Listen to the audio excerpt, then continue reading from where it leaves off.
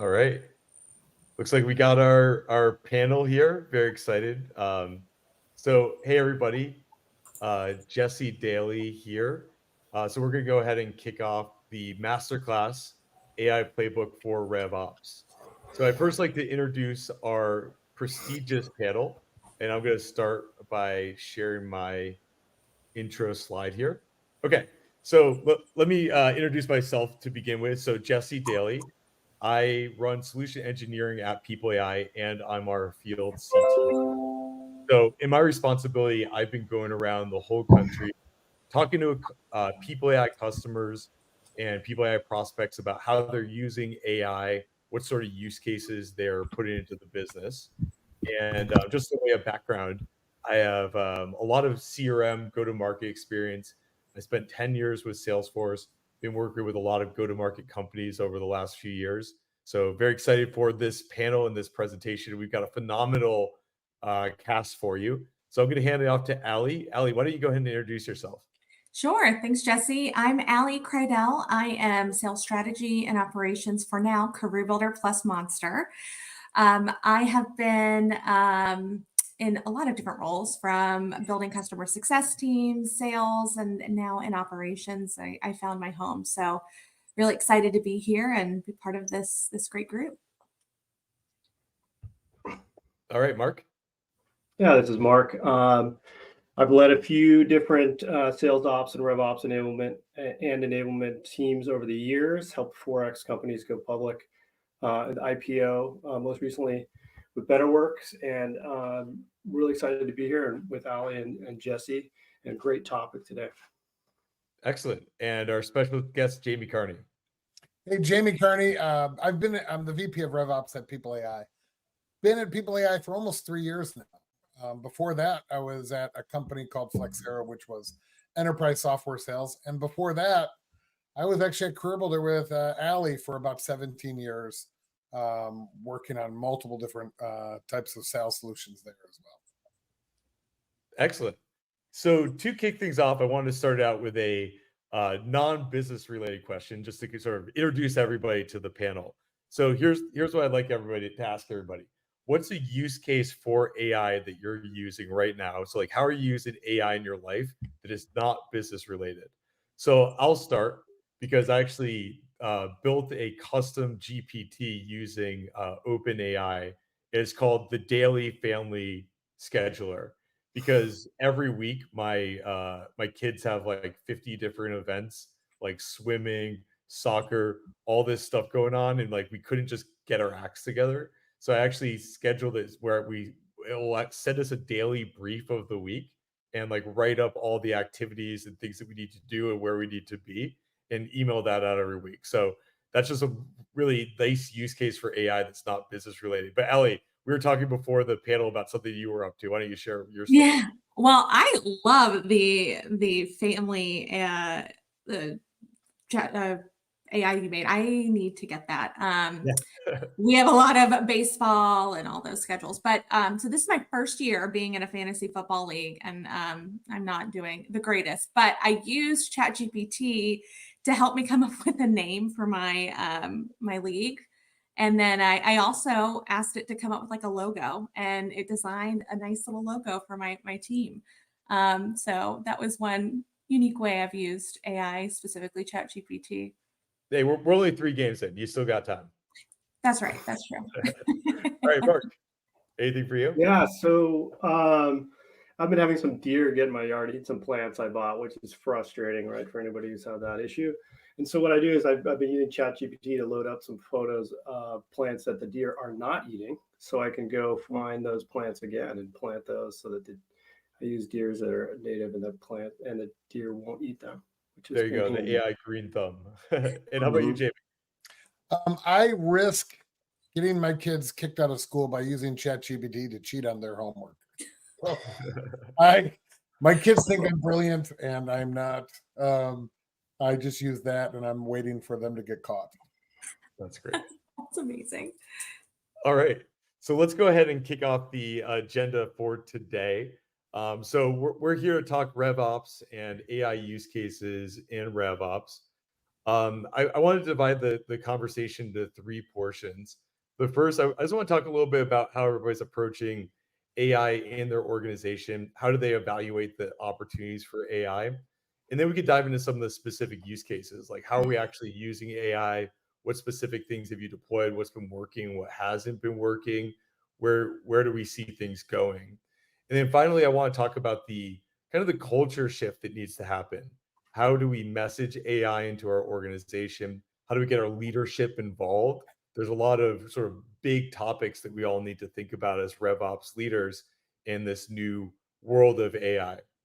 So to kick it off, and I'll let anybody on the panel kind of take this question, but I think like when you look at the potential for AI, there's a million different places you can go, a lot of different projects you could dig into, parts of the business that you can dig into.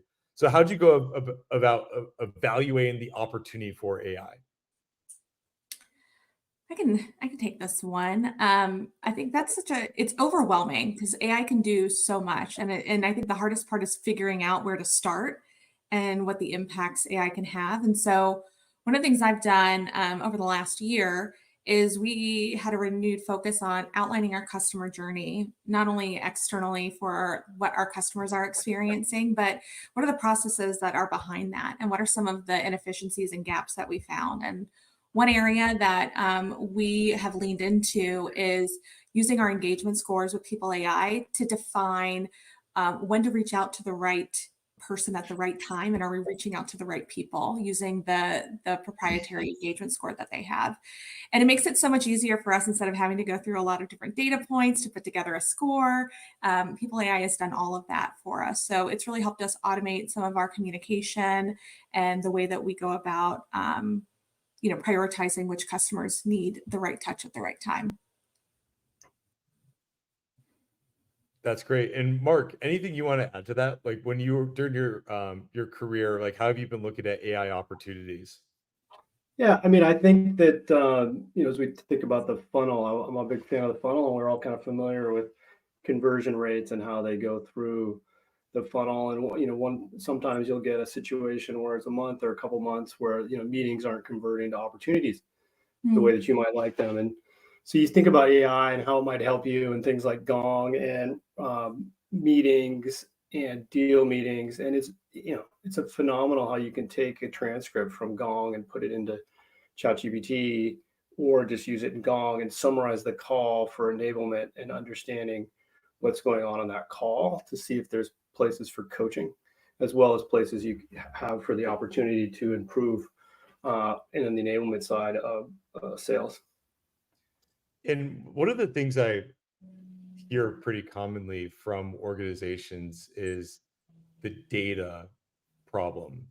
And when you look at like the most common deployment of an AI technology, let's take OpenAI, like ChatGPT, you kind of go to an empty prompt and start giving it information, but it really depends on the data.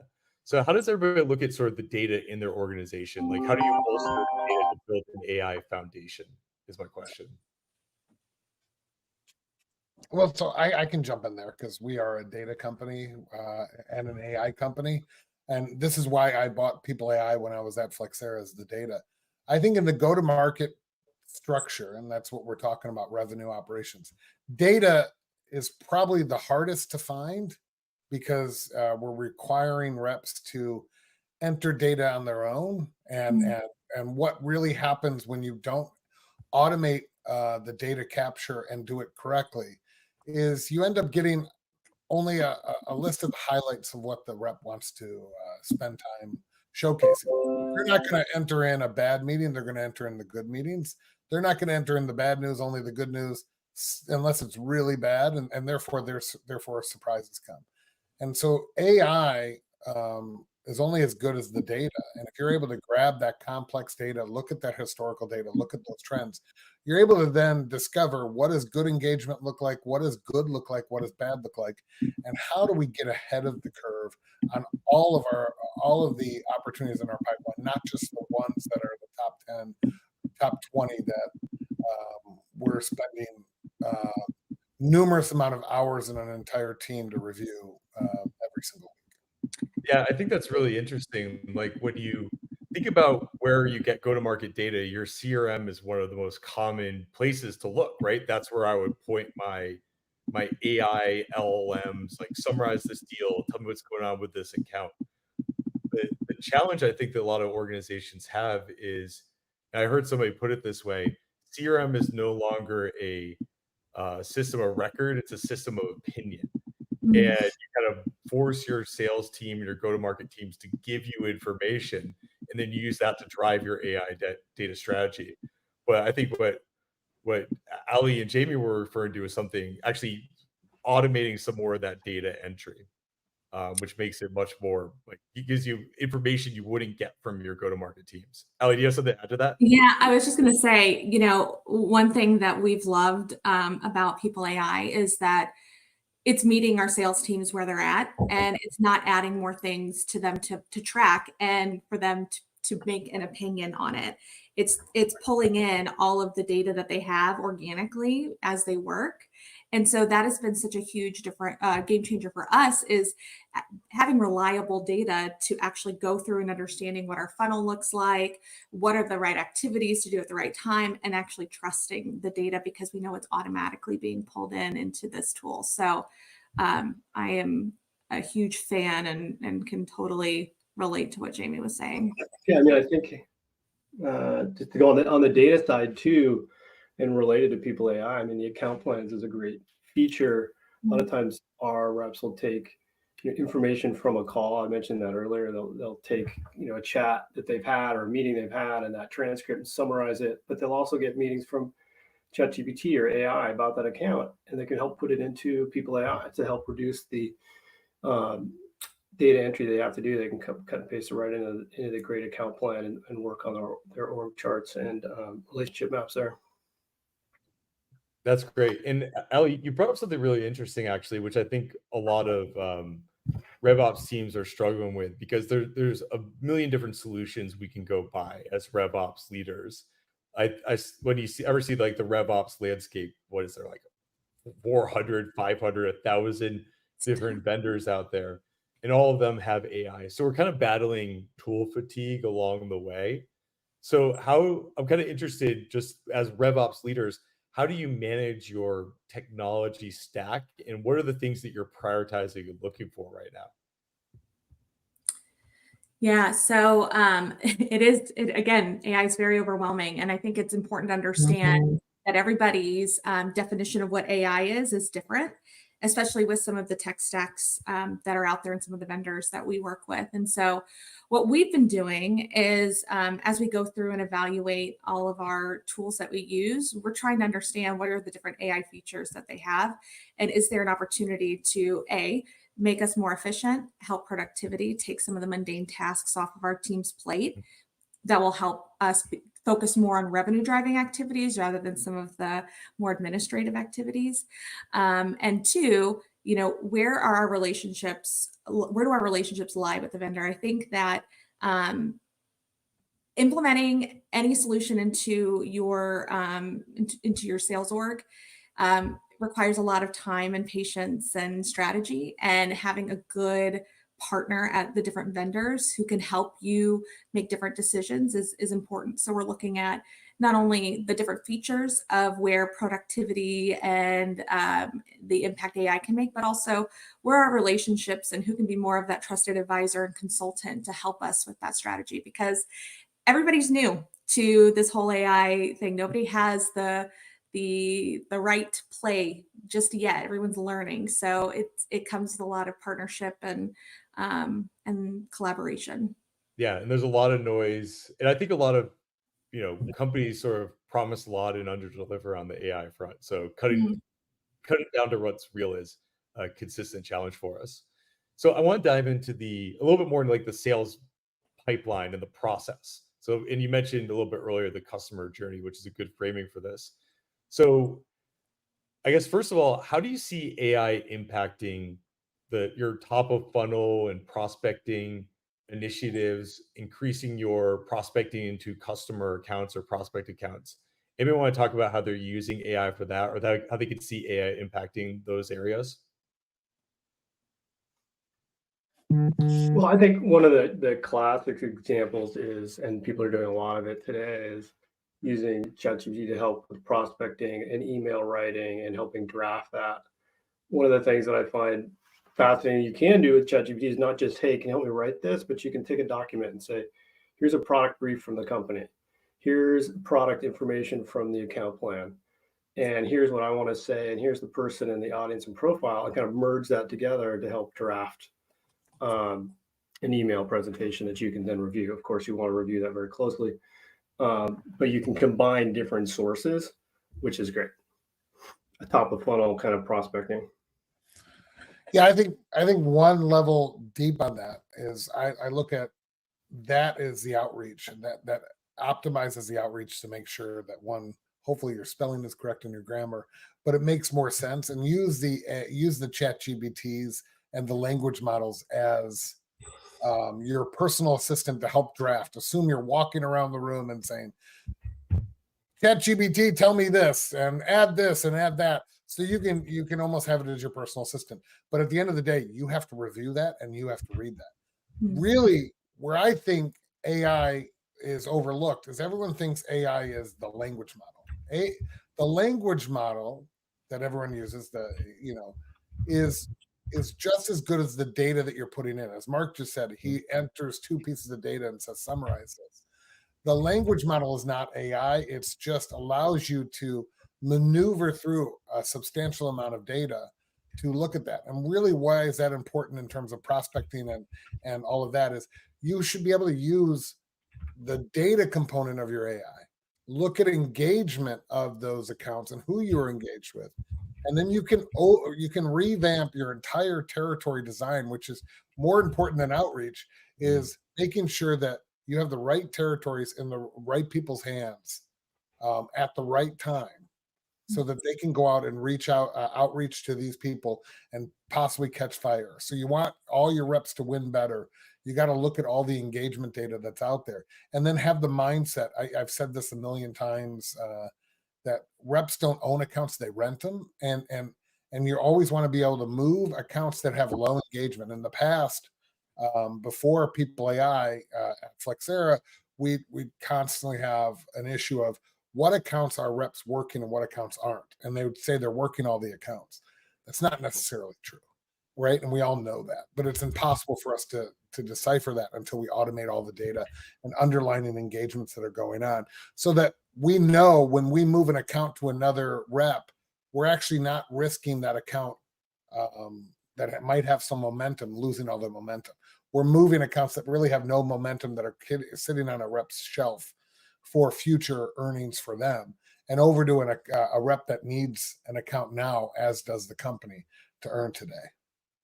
Yeah. I love what you just said, Jamie, that reps don't own accounts, they rent them. I am stealing that. I will say for me, I think lead scoring is an area that I am really interested in with AI, just enhanced lead scoring. We have a pretty high lead rejection rate, and we would love to be able to understand, how can we get better lead scoring so we can surface up the most important leads to our reps as well. So I think that is one way AI is going to impact our top of funnel. We just have to figure out the right way to do it. Yeah, I think a lot of the processes that we would build very manually by like, hey, I'm going to create like a matrix in a spreadsheet with all the scoring on lead scoring criteria, and then summarize it and roll it up into my CRM. Like what we're seeing with AI is that's an excellent use case, because AI can look across all that data, predict what's going to convert, and automatically surface scores. So there's a lot of powerful use cases. But I think the underlying theme here that I'm hearing materialize, I think we all know this, is your competitive differentiator is your data, because everybody has access to the public AI tools. $20 a month and I get like a reasoning AI engine with OpenAI, but everybody has that. So the real differentiator you have is how the data that you have within your organization. How are you engaging your customers? What accounts is everybody talking to? The persona data, what conversational data that Mark was alluding to. So just so much powerful data sort of buried within our organization. You have to free that to really get to any type of differentiation. So I want to move. Jesse, Oh yeah, go ahead.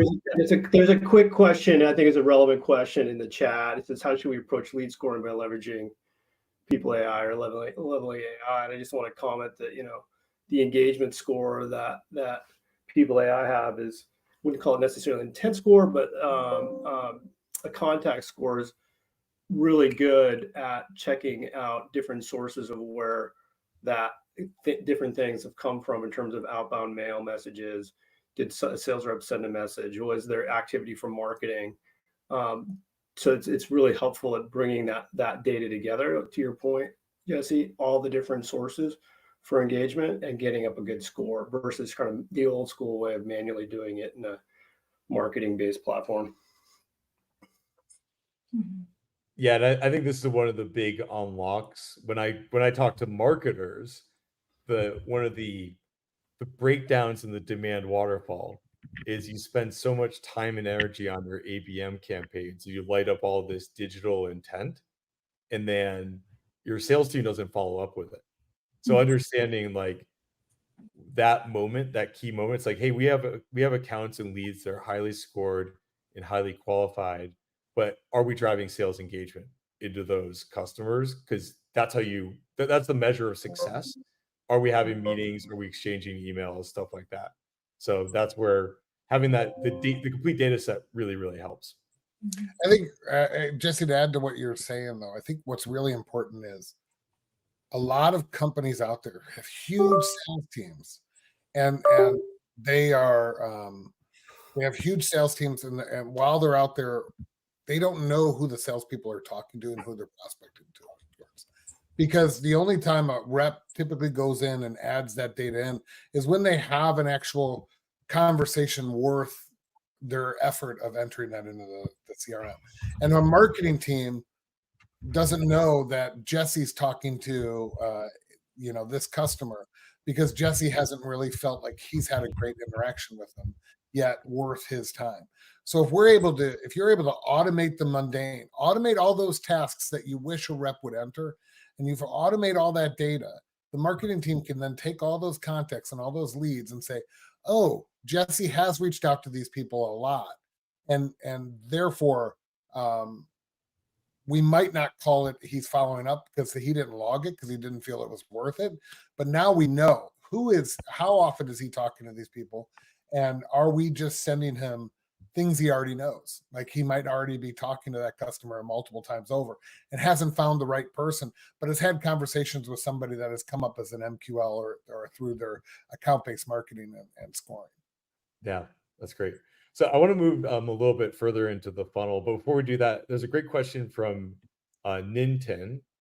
What type of safeguards do you put in place before taking your CRM and call data and put it into a public model like ChatGPT or other LLMs? Has anybody thought about this? Because there is the idea of shadow AI. I'll affectionately call it, but it's the public AI models. If you're not buying something for your team or sort of facilitating something, then your team is just going out and putting money into those or putting data into those solutions. So I'm kind of curious how anybody's tackled that. Yeah. So I am with you. I think I'm cautious about the data that I put into ChatGPT, and we don't use any OpenAI source for our data analysis or anything like that. We leverage our vendors because it's more private. But if I ever use, and I use ChatGPT very often, I hide any of the identifying details of what I'm doing. And oftentimes it's like with an email, like I need help making an email sound more polished because I'm just overwhelmed or I have too much going on. So I hide some of the identifying information because, I think it's okay to be a little more wary of what information you're putting into all these sources. And you want to make sure that you're protecting your company and yourself as well. So, eventually I would like to get to a point where we have our own sort of like AI chat assistant that our teams can use that are safe, that can help them become more productive. And that's definitely something we're looking at. But for now, I'm being a lot more cautious about what I put into OpenAI sources. Yeah, I mean, I would say if you're being more cautious, let's be honest, there are people in your organization that are not. Right. right? So you need to be aware that despite you being cautious about how you're interacting with OpenAI, there are people using OpenAI very aggressively with the data that they have at their fingertips. And how do you safeguard against that? I mean, besides IT coming in and sort of blocking out ChatGPT, I think you need to think about possibly providing those users with a more secured AI interaction feature that is contained within your environment and autonomized when they reach out to the open AIs and all the different chat GBTs out there, or I'm sorry, language models out there, because otherwise you're putting your company at risk. Someone's going to find that data. Yep. Back to the shadow AI. If you're not investing from organizationally into tools like this, then I can promise you your team is running around doing it behind your back. So it's just, we just have to acknowledge that as the reality of what we're working with. Okay. So we just talked about kind of top of funnel, lead scoring, conversion, things like that. I want to move a little bit further into the sales process, because this is where things I think get a little bit more futuristic with AI use cases. And I'll say this. I think a lot of vendors are, like AI software vendors, they're doing things like help me write a better email cadence, or help me create an SDR that automatically responds to my inbound. And these are what I would call like the first wave of go-to-market AI use cases. But now I've got a different question. What are we actually doing to help our sellers? So how does AI help our sellers when they're working on complex transactions? What are some of the use cases that everybody's come up with there? Like think about like complex enterprise B2B sales. We're not top of funnel anymore. We're in the buying process. What are we using AI for there? You know, I can talk because we're a complex software solution selling solution.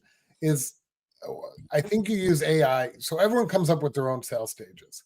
And I'll be honest, what I'm seeing now in today's environment is, and it's probably been around for a while, but the comment I keep saying right now is sales stages are not linear anymore. They're non-linear, meaning that you might have you used to be, I had a sales leader that I really respected at one point. He used to say, don't sell the solution, sell the next stage.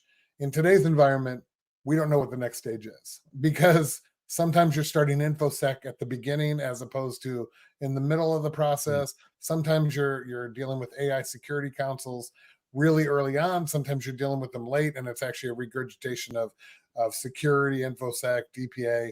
It's basically a refresher and a revisit of all of that. But what you can do is you can use your AI tools to look at all the interactions that are going on from every facet of your company and be able to automatically score or help create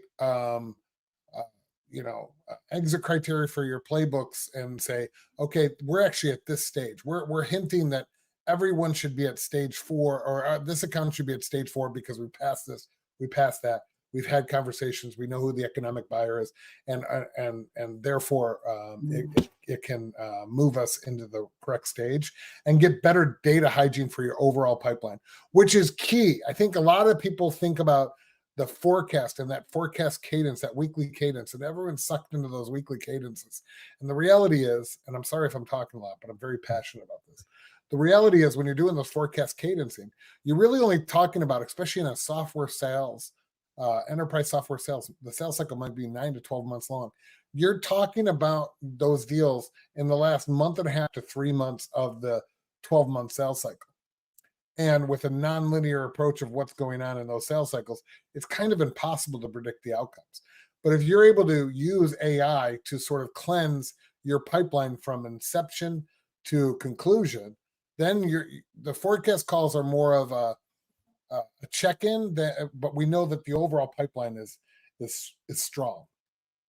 And we know that when we look at the overall pipeline, that it's kind of aligned in the right stage at the right time based on all the activity that we were capturing.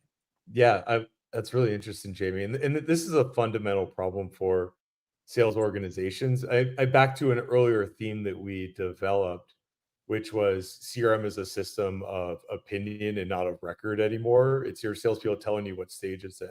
But I want everybody to envision, what does the sales process document look like? How many pages is it?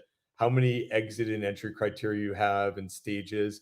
It's a lot to ask our sellers to take that through every single step, memorize that sales process playbook, have it all like put everything into the right stage. But what's really interesting is you can use AI to do that. If you combine your CRM data with the activities that are actually happening, it's very reasonable to expect AI to do a better job of predicting where something is in the forecast than what your sellers can give you. And this takes away sandbagging, it takes away storytelling, and it gives you a much more practical view of the forecast. So Simon, you were asking about some like examples of like tooling and processes. I think that when we look at the where AI is going to have a lot of impact over the next few years, I think it's taking away salespeople having to update sales stages. It's an absurd thing to do.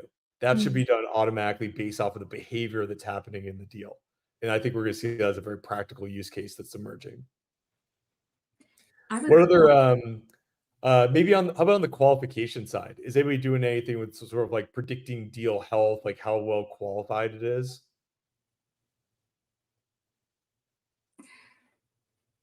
So we use People AI to help us with some of that, with the opportunity, because opportunities also have their own engagement score, and so we use a combination of that and other criteria. But one thing, and again, and this is a theoretical, like big picture vision of what we want to do, but I think if I want to get to a point where AI can help us predict which deals are more likely to close, so that we can have our reps focused on the right deals and not waste time on deals that are not going to close, and having that guidance from them. So I think more of that predictive analytics that we can tie into our pipeline, so that we can, again, it's all about saving your sellers time and having them focus on the most important things. So if we can use AI to help us do that, we're going to be in a good spot. Yeah, I love that. And Neil just asked, is there a tool that does that today? So this is actually kind of our, this is something that People AI does focus on. So we're actually taking our data set and sending it to AI models and doing like predictive forecasting.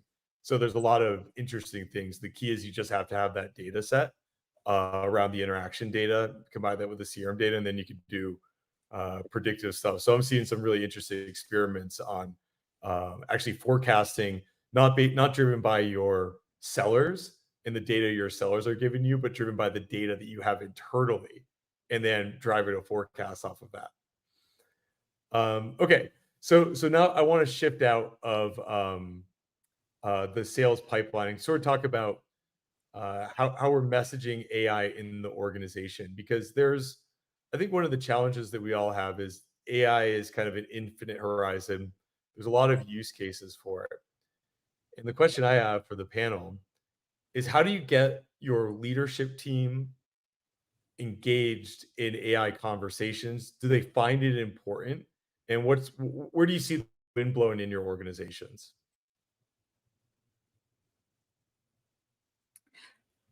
So I am actually going through that journey right now, and I'm starting the conversations around how we use AI to help support our teams. And so if any of our leadership is listening to this, I haven't presented to you yet, but I think part of it is also telling a story and a vision of what AI can do for your organization over the next 3, 5, 10 years, because AI is evolving very quickly, and it's going to be very different in 5 years than it is right now. And so I'm still forming this, but I'm actually using ChatGPT to help me tell that story. So typing in and using it like I'm just talking to another person and saying, I am a sales rep working for this company, and we created this whole personality for this person and what their day-to-day would look like. And ultimately, at the end of the day, what it's doing is it will help take those repetitive administrative tasks off your plate, so that you can become more strategic. And that's the vision that I'm trying to paint and bring to our leadership team. Not only that, in painting the picture, leadership also wants to know, how is this going to impact the bottom line? What efficiencies are we going to gain? Are we going to see, is it going to impact revenue? If you're not talking about how it's going to impact revenue and how you're going to increase sales, don't bring it up. So it's all about painting that vision, because again, nobody has done this the right way yet. Everybody's learning together, and then talking about how it can make an impact on the bottom line, and then measuring it religiously so that you can show that, where it's working and where it's not. Yeah, that's a great. Go ahead, Jamie. Oh, I can't speak to we're an AI company, so it's hard for me to answer that question, but I can speak to other people I work with, because I do network with a lot of RevOps people. And what I could say is, over the last year and a half, maybe 2 years, I feel like AI has been in R&D. We've suffered with a lot of that because we're selling data, but also the AI component, and a lot of companies have been kicking the tires around on what should I do, and they've been, for a lot of these large enterprise companies, have been formulating, how do I go about buying AI? Where we're at today is those large companies are now saying that have had tiger teams or whatever spun up for a year and a half and gone on golf trips to talk about AI. The CFO and CEO are saying, hey guys, the last 12 months that you've spent researching, now it's time to start thinking about buying. And I don't think we're at the point where, I was talking to somebody yesterday who was back in the day selling ERP, Oracle or SAP. And the conversation with the executives was, hey, you got to make a decision. Is it SAP or Oracle or your job? Those are the 3 decisions you're at. We're not there yet, but we're going to get there in the next 6 months, meaning we need to know, who are we buying? What are we buying in AI? And if you don't come back with a recommendation of this, that, or that, I'm going to find someone who can come up with that recommendation. So I think we're close to that time frame right now. Good, Mark. Just to echo a couple of things on that. I mean, I think it's getting leadership bought in. I mean, it's helpful when you have a leadership that's bought into AI. I do it better works. Our leadership is very much on AI. We're building out the platform. We look at it as a enablement tool for sales and sales rep. So the more use cases, it's just like any tools of the past. The more use cases, more enablement, the more ways you can show that it's going to help sales and take some of those dreaded tasks off their plate, the easier it'll be. I mean, we've been talking about that today. It is changing. I think the other thing is, I did a talk to somebody a couple months ago, is just about, how you won't get left behind with AI. I think companies are going to start, as Jamie pointed out, I mean, are going to start looking at it as, hey, we got to keep up with this stuff and not fall behind, because it's so powerful. Yeah, I think the big shift is, everybody knows that AI is a big, probably the biggest technical revolution since the invention of the internet.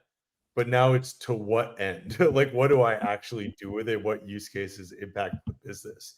The moment of AI for fun is kind of over. Now it's like AI for, what are we driving? And there's a lot of teams that have been tasked with figuring this out that are probably underperforming right now, because that's a tough question to get to. And it kind of, so Brian asked a good question about like building in-house LLMs versus buying. For anybody that was at Dreamforce last week, Mark Benioff was talking about, like, don't try to go DIY. You want to, like, buy off the shelf solutions. So I don't know if the panel has an answer to this or opinion on it, but I think it is an interesting question. Like, where should you be placing your chips? Is it on vendors that have domain expertise in this area, or should you try to go it alone? I'm kind of curious if anybody has a take on that. I can jump in. I will tell you this: if your core competency, like career builder, the core competency is selling job seekers to job hunter, to employers, and selling resumes to employers. Your core competency is not language models and AI, right? If you think you're going to build this on your own and secure it, one, you're going to spend probably 10 times the amount of money that you could have just bought it off the shelf. And two, you're going to encounter a tremendous amount of issues with that. So I would say, I agree with Mark Benioff. Don't don't do it DIY. And in fact, look at the vendors that you're out there. There are people that are going to throw AI on the end of their name. And they've spun up in the last 2 or 3 months. And we've seen it, we've been doing AI for 8 or 9 years. Welcome to the party. But at the same time, we understand a lot of these loopholes because we've encountered it over that time frame. We've seen these issues and we've figured out how to circumvent it. So I would not try to do it on your own. It sounds cool. All you're going to do is improve whoever that software engineer that is helping you do that. They're going to have that on their resume so that they could go find another job at an AI company that does this. I saw it actually at Career Builder. We had somebody created a 3D virtual reality, point your phone at a company, a wall, and it'll tell you who's hiring where. That wasn't helping the company. That was helping that project. All those people find new jobs in virtual reality. No, I mean, I agree with the, don't necessarily go DIY, but I think the other big question becomes, it's changing so fast on what tools to choose and doing your research. I mean, we're starting to, the structured data of data science and data warehouses, we're putting stuff into Snowflake, and then we got a front end, but we also want unstructured data in there. We want to get our internal websites with all our good content and enablement tools. If you can bring all that together and put ChatGPT on the front end of it that's secure, that's great. I mean, there's all kinds of cases now where people are trying to take their internal websites and put that into ChatGPT. It's super powerful. But yeah, I think it's going to be an issue to monitor closely on the security side as well. Yeah, when you asked that question, Jesse, the first thing I thought was like, how many people are we going to need to run this? What's the support that's going to look like? What about the bugs and the issues? And like having, buying a tool and having the support that's already at scale with that company, I think is the way to go for now. So I wholeheartedly agree in the going out and buying something before you build it right now. Yeah, that's great. And I think that segues perfectly into the next topic. So for the people that are listening to our masterclass right now and thinking about how they steel their careers for this change, because change is coming and there's a narrative of AI, which is it's going to demolish everybody's jobs and everybody's going to be sitting on the beach drinking margaritas and companies will run themselves. But I think more realistically, how do we go about looking at our careers and how we approach AI, and what sort of strategies would you recommend for people as this big shift is happening? Yeah, so this is something very top of mind for us, especially working in the recruitment space. That's right. There's a lot of concern, not only on job seeker side, but also on the employer side around AI, on the recruiter side too, around how AI is going to impact jobs. And at the end of the day, in our research and what we've learned is that AI cannot replace a human being. There is those soft skills like creativity, critical thinking, relationship building that are irreplaceable in an AI-driven world. And so the best advice that I have is got to remember, if you're not changing and evolving, you're dying, and AI is not going away. And so the more that you can be adaptive and continuously learn more about AI and use it, the better off you're going to be. Because where I see personally AI going is it's going to make you more strategic and take some of those mundane tasks off of your plate so that you can be more strategic. And so it's important to just stay adaptive and continue to learn and keep it part of your day to day.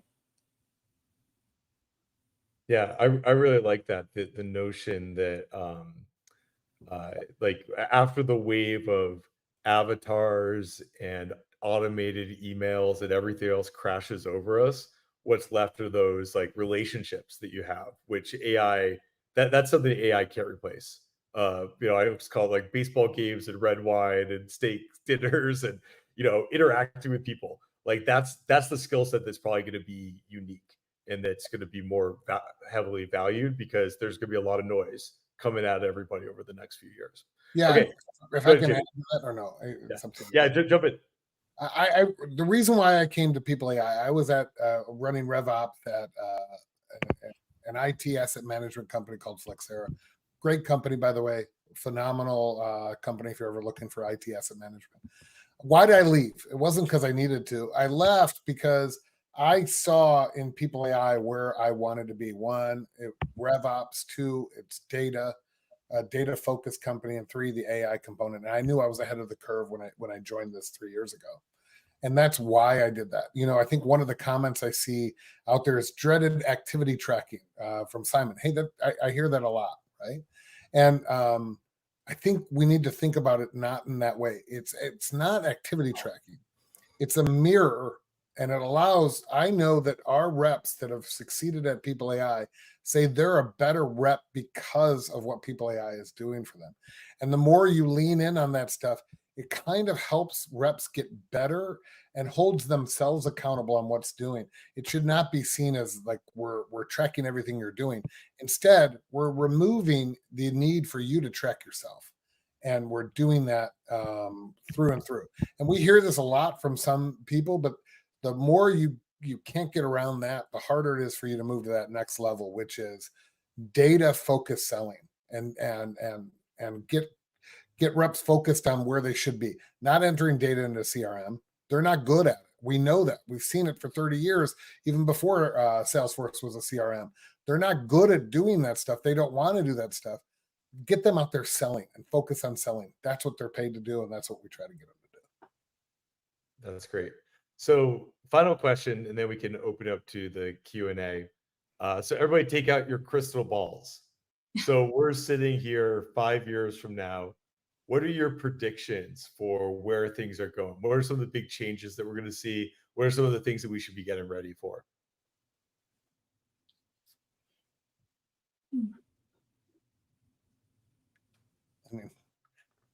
I can jump in, but go ahead, Mark. I was just going to say, I think that, I'm thinking about just off the cuff, there's a lot of different ways this could go, but just real-time assistance. I mean, as you're on a call with someone or a rep, I still believe enablement's going to be key, and to dovetail on what we were just talking about social relationships and talking skills and what sales ups really should be spending their time doing. And the importance of that is just kind of having a chip or a phone, iPhone sitting next to you that you can that's there real time for you as part of your assistant. A chat, I think some of that's already happening with Zoom and stuff. You can have a chat bot that's sitting there part of your call, but it's more live and real time with you as someone there, a bird over your shoulder giving you advice, and more of that. One of many things. Yeah, I think 5 years, we'll see, I think, more people taking on more creative and strategic roles than what they're in today. I think we'll see some roles definitely evolve because AI can automate different pieces of it, but the role won't go away. Just the type of work you're doing is creative. Like we said earlier, AI can't replace the creativity, critical thinking of a human being.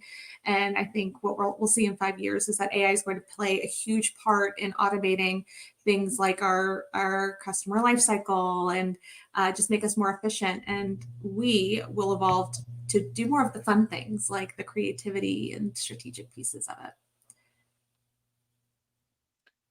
5 years, AI will be everyone's personal assistant on all the mundane tasks that they have to do. A grammar checker as well as a writer for you on everything. That's actually where it's at probably right now. Mm-hmm. Skynet will be created, and we will start seeing Terminators take over the world. And Cribbled Monster will be back on top of the job market. You are right. We will. We are coming back. I like that. Part apocalyptic, part optimistic. So yeah, that's a good one. So go ahead. I was gonna say the AI reminds me so much of this like Disney movie back in 1999 called Smart Home. Maybe we'll have this like smart home where it cleans up after itself and AI is doing everything in your house and doing all of that. So there's my futuristic take. Yeah, there's different variants on the where this is going to go. I prefer to remain optimistic. I'm a firm believer in if you can maintain relationships interface with people. Interpersonal skills will be probably the biggest thing you could do to future-proof yourself. Organizational understanding across functions. Things like this are like the career advice I would give to somebody. And then as far as my kind of future prediction, I think that we're going to stop talking about AI in the way that we are right now. And what I mean by that is it's going to be not like, hey, here's 20 million different chatbots that I can go interface with, but it's going to be integrated into applications in a way like cloud is, where it's like, I don't need to say that I have a cloud application. That's implied at this point. People know, they don't even ask if it's on premises. And you won't need to say, is AI running in your application? It's going to be running in your application. It must be. And so I think that the way we interact with it will be different. We're going to move away from chatbots. Agents are going to start taking over. Enablement as a function. You're going to stop enabling people as much as you enable the systems underneath them. So there's going to be some really interesting changes that happen there. I think the whole conversation of AI will sort of merge into the larger software go-to-market conversation, and the companies that have their the companies that embrace that early and have AI figured out as a strategy are the ones that are going to succeed. So this is the extinction level moment, because if you're not bolstering your AI strategy as an organization, your competitors are, and that type of scale is unmatched. It cannot be matched without AI. So we're going to see a lot of shifting dynamics in the marketplace for sure. So I think that concludes the prepared topics. Kind of final call for questions. I'll let the panelists kind of jump through, see if they want to answer any of the questions out there. Otherwise, thank you so much for jumping on our masterclass. Just kind of reviewing what we have here. It looks like we got to most of these, so I'm not seeing anything else come through. So yeah, appreciate everybody's time today. Thank you. All right. Thank you all. Thanks, everyone. All right. Good time.